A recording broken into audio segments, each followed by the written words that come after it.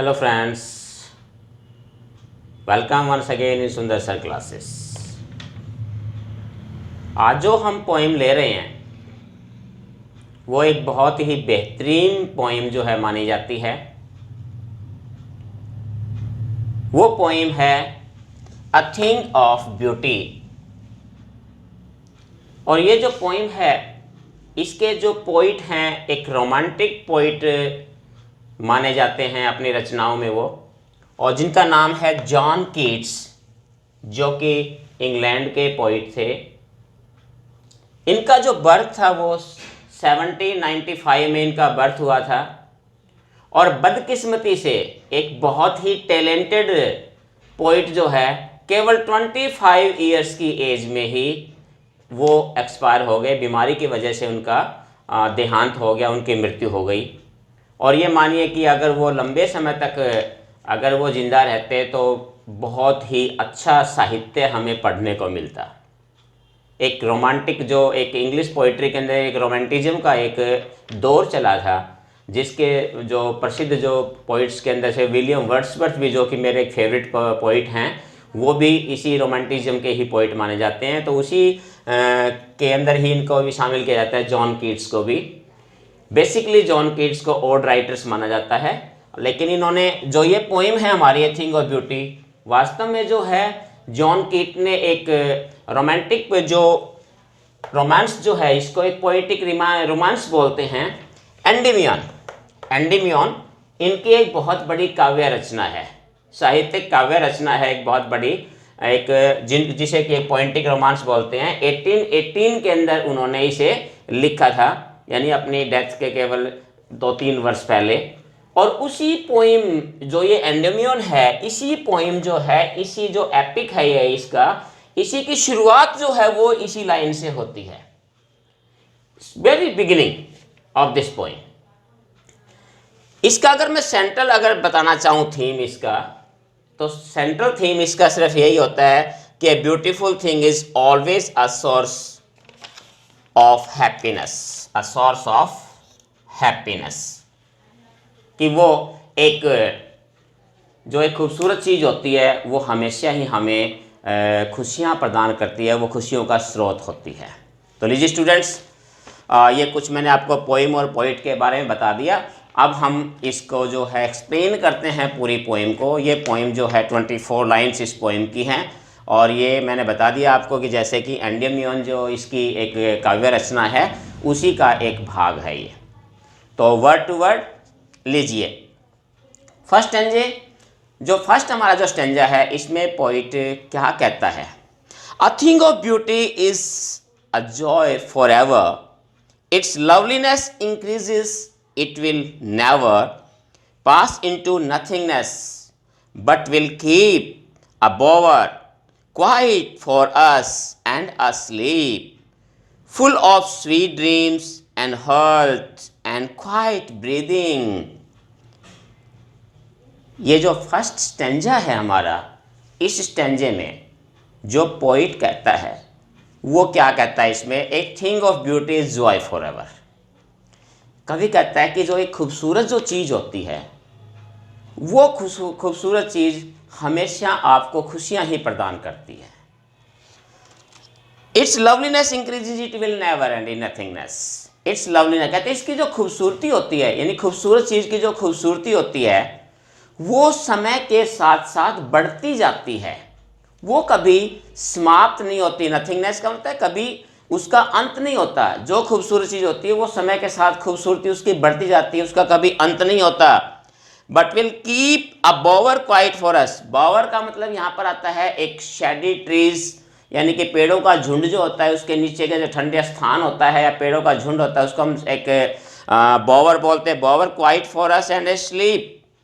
यहाँ पोइट देखिए ये कहना चाहता है कि जो खूबसूरत चीज़ होती है वो उस पेड़ के नीचे ठंडी हवा या ठंडी जगह के समान है, जिसके नीचे हमें बहुत ही प्यारी और खूबसूरत स्वस्थ, हमारा स्वास्थ्य जो है वो खूबसूरत रहता है और हमें एक बहुत ही मीठी नींद का आभास वहाँ जाकर होता है।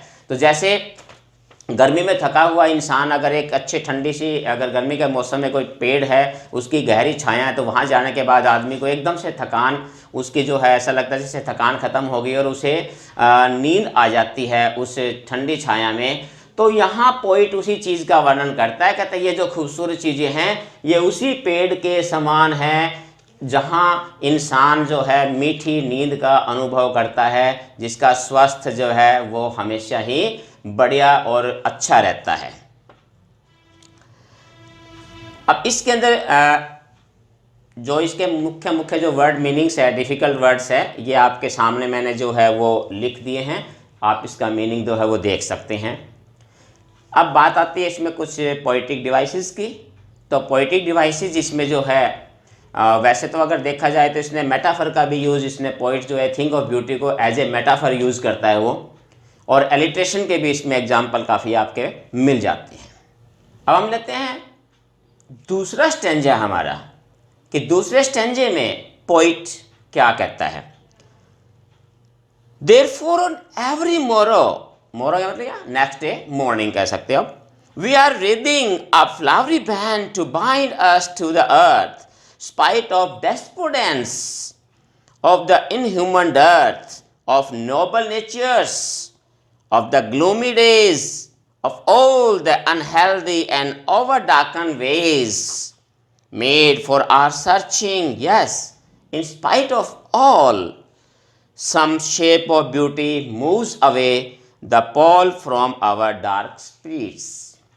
अब देखिए इस जो ये जो स्टेंजा है, इस स्टेंजे में पोइट जो है हमें बताता है कि जो हम किस प्रकार से धरती से जुड़े रहते हैं, इन खूबसूरत चीज़ों के साथ जुड़े रहते हैं। हालांकि इंसान के जीवन में बहुत सारे दुख भी आते हैं, बहुत सारी समस्याएं आती हैं, इसके बावजूद भी अगर खूबसूरत चीज़ें अगर दुनिया में है तो जिनकी वजह से इंसान जो है इन दुखों के पार भी निकल सकता है, इन दुखों के भंवर से बाहर निकल सकता है। तो यही स्टेंजे में पोइट कहता है, Therefore in every morning, हर प्रत्येक सुबह, कहता है कि प्रत्येक सुबह we are wearing a flowery band. Flowery band होता है जैसे कोई हम फूलों को गूंथने के लिए हार बनाते हैं, कि तो उसी प्रकार जैसे कि वो धागा होता है जो फूलों को एक हार में पिरो देता है, उसी के साथ जुड़ा रहता है, ठीक उसी प्रकार से कहता है ये खूबसूरत चीज़ें हैं, ये कहता है उस हार के समान है जो हमें धरती से जोड़े हुए है, जिसकी वजह से हम धरती से जुड़े हुए हैं। स्पाइट ऑफ डेस्पोडेंट, डेस्पोडेंट क्या होता है, डिस्ट्रेस, स्ट्रेस, निराशा जो हमारे अंदर, कहते हैं स्पाइट ऑफ डेस्पोडेंट्स, इतनी जीवन में कहते हैं इतनी निराशाएं हमारे, इतनी समस्याएं हमारे जीवन में है, इसके बावजूद भी on human earth of noble natures, कहता है कि यहाँ जहाँ तहाँ, कहता है कि जगह जगह पर, कहता है कि दुष्ट आत्माएं भी रहती हैं, दुष्ट व्यक्ति भी यहाँ पर बहुत सारे रहते हैं। उन्हीं दुष्ट आत्माओं के बीच में भी कहता है कुछ नोबल नेचर्स, कुछ नम्र प्रवृत्ति के लोग भी कहता है कि जो है उसे एक ब्यूटीफुल थिंग्स के समान वो हमारे उन्हीं के बीच में मौजूद होते हैं। Of gloomy days of all early over darken ways, gloomy days होता है निराशा भरे दिन, जब चारों तरफ निराशा छाई होती है, तो कैसे ऐसे निराशा भरे दिनों के बावजूद भी, of all the unhealthy and over darkened ways made for our searching, yes, in spite of all।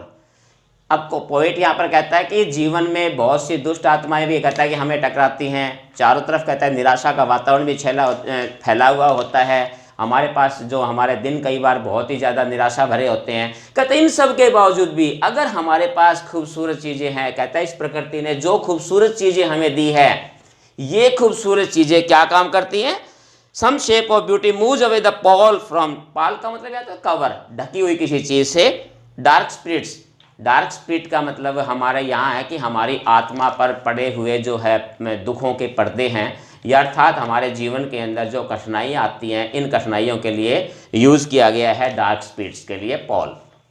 अब पोइट ये कहता है कि जीवन में चाहे कितनी भी कठिनाइयाँ आए, कहता है उसके बावजूद भी अगर हमें खूबसूरत चीज़ें नज़र आती हैं, तो कहता है वो खूबसूरत चीज़ें हमें इन दुखी भरे दिनों को से दूर ले जाकर जो निराशा का आवरण हमारे जीवन पर छा रहा है, इस निराशा के आवरण को दूर करती है और हमारे जीवन में खुशियाँ भरती है। अब इसमें कुछ डिफ़िकल्ट वर्ड्स हैं, इसके अंदर भी जो मैं आपके स्क्रीन पर आप देख सकते हैं, इनके मीनिंग्स भी, कि क्या कौन कौन से डिफरेंट मीनिंग्स जो है वो आपके सामने हैं। इसमें जो पोएटिक डिवाइसेस है वो सेम एज पहले की तरह ही इसमें भी यूज़ की गई है। और मैं आपको बता दूं कि ये जो पोइम है, इससे पहले हमने जो 2 पोइम की थी, उन दोनों ही पोइम्स जो थी वो माई मदर एट 66 और कीपिंग क्वाइट, वो दोनों ही पोइम जो थी हमारी वो ब्लैंक वर्सेज में लिखी गई थी। ब्लैंक वर्से या जिसको हम फ्री वर्से भी कह सकते हैं, इसमें कोई राइम स्कीम नहीं होती। लेकिन इस पोइम के अंदर जो राइम स्कीम है वो है A, A, B, B, C, यानी ये राइम स्कीम के अंदर इसको लिखा गया है। इस पोइम के अंदर हर स्टेंजे की अपनी एक डेफिनेट राइम स्कीम है, आप चेक कर सकते हैं, देख सकते हैं। अब हम लेते हैं थर्ड स्टेंजे को। Such the sun, the moon, trees old and young, sprouting a shady boon for simple sheep, and such are daffodils with the green world they live in, and clear rills that for themselves a cooling covert make, against the hot season the mild forest break। अब इस स्टेंजे में poet जो बताना चाहता है वो ये बताता है कि दुनिया में कौन कौन सी ऐसी वस्तुएं जो हमें खुशियां प्रदान करती है, यानी खुशी देने वाली खूबसूरत चीज़ें कौन कौन सी हैं दुनिया में। तो वहाँ इसके एग्जाम्पल के साथ वो क्या कहते हैं, such the sun the moon, कहता है दुनिया में सूर्य है, चंद्रमा है, ट्रीज ओल्ड एंड यंग, नए पुराने पेड़ पौधे, स्प्राउटिंग ए शैडी बून, बून का मतलब यहाँ पर वैसे तो वरदान होता है, कहता है कि ये जो है इनकी जो एक अंकुरित होते हुए जो है पेड़ पौधे, जितने भी जो प्रफुल्लित होते हैं पेड़ पौधे, कहते हैं ये भी सभी जो है हमें एक वरदान से कम नहीं, हमारे लिए खुशियाँ प्रदान करने वाले हैं। कैसे? For simple sheep and such as daffodils, कहता है कि जैसे, कहता है पेड़ पौधे जितने भी हैं, चाहे छोटे हैं चाहे बड़े हैं, ये सभी पेड़ पौधे, कहता है ठीक उसी प्रकार से हमें ये खूबसूरत चीज़ें से आनंद देती हैं, ठीक उसी प्रकार से जैसे कि पेड़ पौधे जंगल में विचरण करने वाली भेड़ों को आराम करने का सौभाग्य मिलता है इन पेड़ों के नीचे, ठीक उसी प्रकार से ये खूबसूरत चीज़ें भी हमें इस दुनिया में खूबसूरती प्रदान करती हैं। आर सच है डैफोडिल्स, इन चीज़ों के अलावा, पेड़ पौधों के अलावा, सूर्य चंद्रमा के अलावा कौन कौन चीज़ें हैं, डैफोडिल्स, भिन्न भिन्न प्रकार के जो है खूबसूरत फूल भी इस जंगल में, इस दुनिया में मौजूद, इस प्रकृति में मौजूद हैं, जो हमें खुशियाँ प्रदान करते हैं।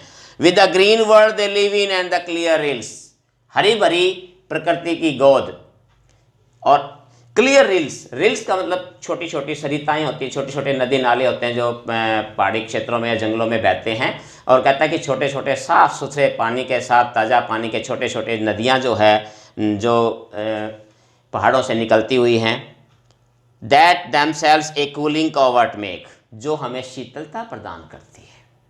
कहता है कि जंगल में उगे हुए पेड़ पौधे, डैफोडिल्स के फूल, हरे भरे मैदान, छोटी छोटी सरिताएं, ये सभी कहता है कि हमें शीतलता प्रदान करती है, हमें खुशियाँ प्रदान करती है, हमारे जीवन को खुशियों से भर देती हैं। Gainst the hot season the midst forest brake, ठीक उसी प्रकार से कि ये जब गर्मी का मौसम होता है तो ये चीज़ें जो है हमें शीतलता प्रदान करते हैं, उसी प्रकार से ये सारी खूबसूरत चीज़ें हमारे निराशा भरे जीवन में खुशियाँ प्रदान कर देती हैं, खुशियों से भर देती हैं। तो ये था आपका थर्ड स्टेंजा। तो थर्ड स्टेंजा में पोइट ने बेसिकली उन चीज़ों को एक्सप्लेन किया है कि जो चीज़ें खूबसूरती प्रदान करती हैं। तो ये चीज़ें जो है आप देख भी सकते हैं इसमें कि खूबसूरती प्रदान करने वाली चीज़ें जो है वो कौन सी हैं। इसकी भी राइम स्कीम मैंने आपको बता दी, सेम राइम स्कीम है। All the 4 stanzas have the same rhyme scheme, सभी की राइम स्कीम जो है वो एक ही है। अब हम लेते हैं आपका last stanza. Rich with a sprinkling of fair musk rose blooms, and such too is the grandeur of the dooms we have imagined for the mighty dead, all lovely tales that we have heard or read, an endless fountain of immortal drink pouring unto us from the heavens brink।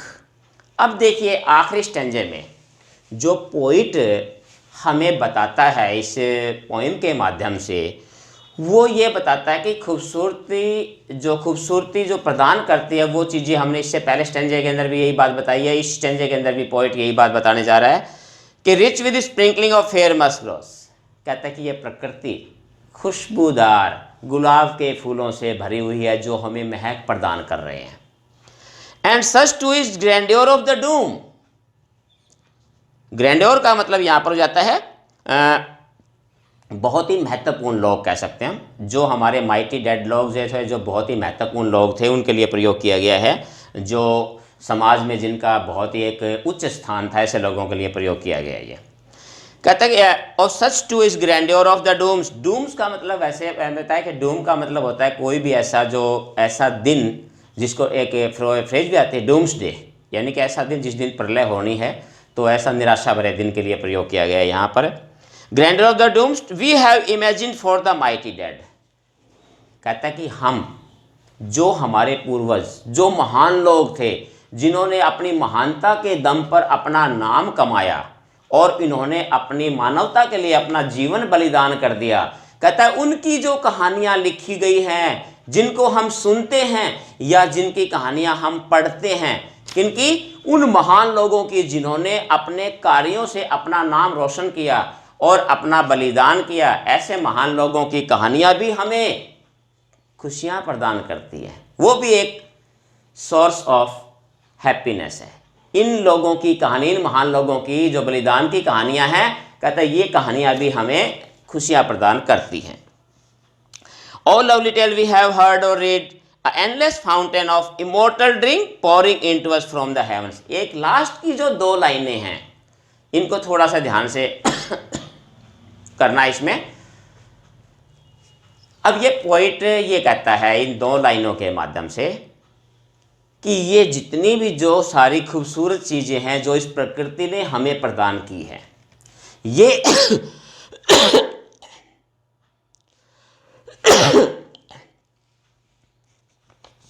कवि कहता है कि जो खूबसूरत चीज़ें प्रकृति ने हमें प्रदान की है, ये खूबसूरत चीज़ें वास्तव में उस अमृत रूपी झरने के समान है जो परमात्मा ने स्वयं स्वर्ग के किनारे से हमारे लिए भेजा है। तो इसका मतलब है कि जो जितनी भी सारी जो खूबसूरत इमोर्टल होते हैं, अमृत रूपी यानी कि जो ऐसी चीज़ जिसको हम पीने के बाद या अमर हो जाते हैं, जिसका अंत ना हो, इमोर्टल, तो कहता है कि ये सारी खूबसूरत चीज़ें जो है उस अमृत रूपी झरने के समान मानी जाती है। तो इस प्रकार से पोइट जो है इस पोइम के माध्यम से जो बात बताना चाहता है वो सिर्फ ये कि खूबसूरत चीज़ें की खूबसूरती जो होती है, जो खूबसूरती इन चीज़ों में मौजूद होती है, कहता है वो खूबसूरती कभी समाप्त नहीं होती, वो समय के साथ साथ बढ़ती जाती है। खूबसूरत चीज़ें हमें सूर्य, चंद्रमा, पेड़ पौधे, नदी, नाले, यहाँ तक कि हमारे जो महान लोग हैं उनकी कथाएं जो होती है वो भी हमें खूबसूरती प्रदान करती हैं। जो निराशा भरे दिन होते हैं जिनकी वजह से कहता है वो निराशा भरे दिन भी अगर हम खूबसूरत चीज़ों को अपने संपर्क में लाते हैं तो वो निराशा भरे दिन भी हमारे दूर हो जाते हैं। और इस प्रकार से पोइट जो है वो अपने इस पोइम के माध्यम से ब्यूटी को, खूबसूरत चीज़ों को जो है वो महत्व देता है। उसके लिए ब्यूटी केवल एक फिजिकली या दिखाई देने वाली नहीं, बल्कि इस पोइम के माध्यम से पोइट ये भी बताना चाहता है कि खूबसूरती विचारों के अंदर भी हो सकती है, खूबसूरती दिखाई भी दी जा सकती है, खूबसूरती एक पहाड़ के एक पत्थर के अंदर भी हो सकती है, खूबसूरती एक छोटे से बच्चे के अंदर भी हो सकती है। तो कहता है कि खूबसूरत जो है वो कहीं भी और किसी भी जगह हमें मिल सकती है। तो इस प्रकार से आपने इस पोइम का एक बार फिर अच्छी तरीके से अध्ययन करना है। काफ़ी आसान पोइम है ये, और ये एक और बता दूं कि ये बहुत ही इम्पोर्टेंट पोइम है ये एग्जामिनेशन पॉइंट ऑफ व्यू से। हर साल इसमें से क्वेश्चन जरूर पूछे जाते हैं, चाहे कंप्रीहेंशन के क्वेश्चंस पूछे जाएं, चाहे फिर इसमें से क्वेश्चन टेक्सुअल क्वेश्चन पूछे जाएं। इसलिए इस पोइम को आपने विशेष तौर पर जो है ना ध्यान से इसका स्टडी इसको करनी है। अगर किसी प्रकार की कोई प्रॉब्लम है, कोई फ्रेज़ की किसी प्रकार की कोई, तो आप मुझसे पूछ सकते हैं। इसके बारे में किसी प्रकार की समस्याएं आप मुझसे डिस्कस कर सकते हैं। तो आज के लिए इतना ही। Have a nice day. Thank you.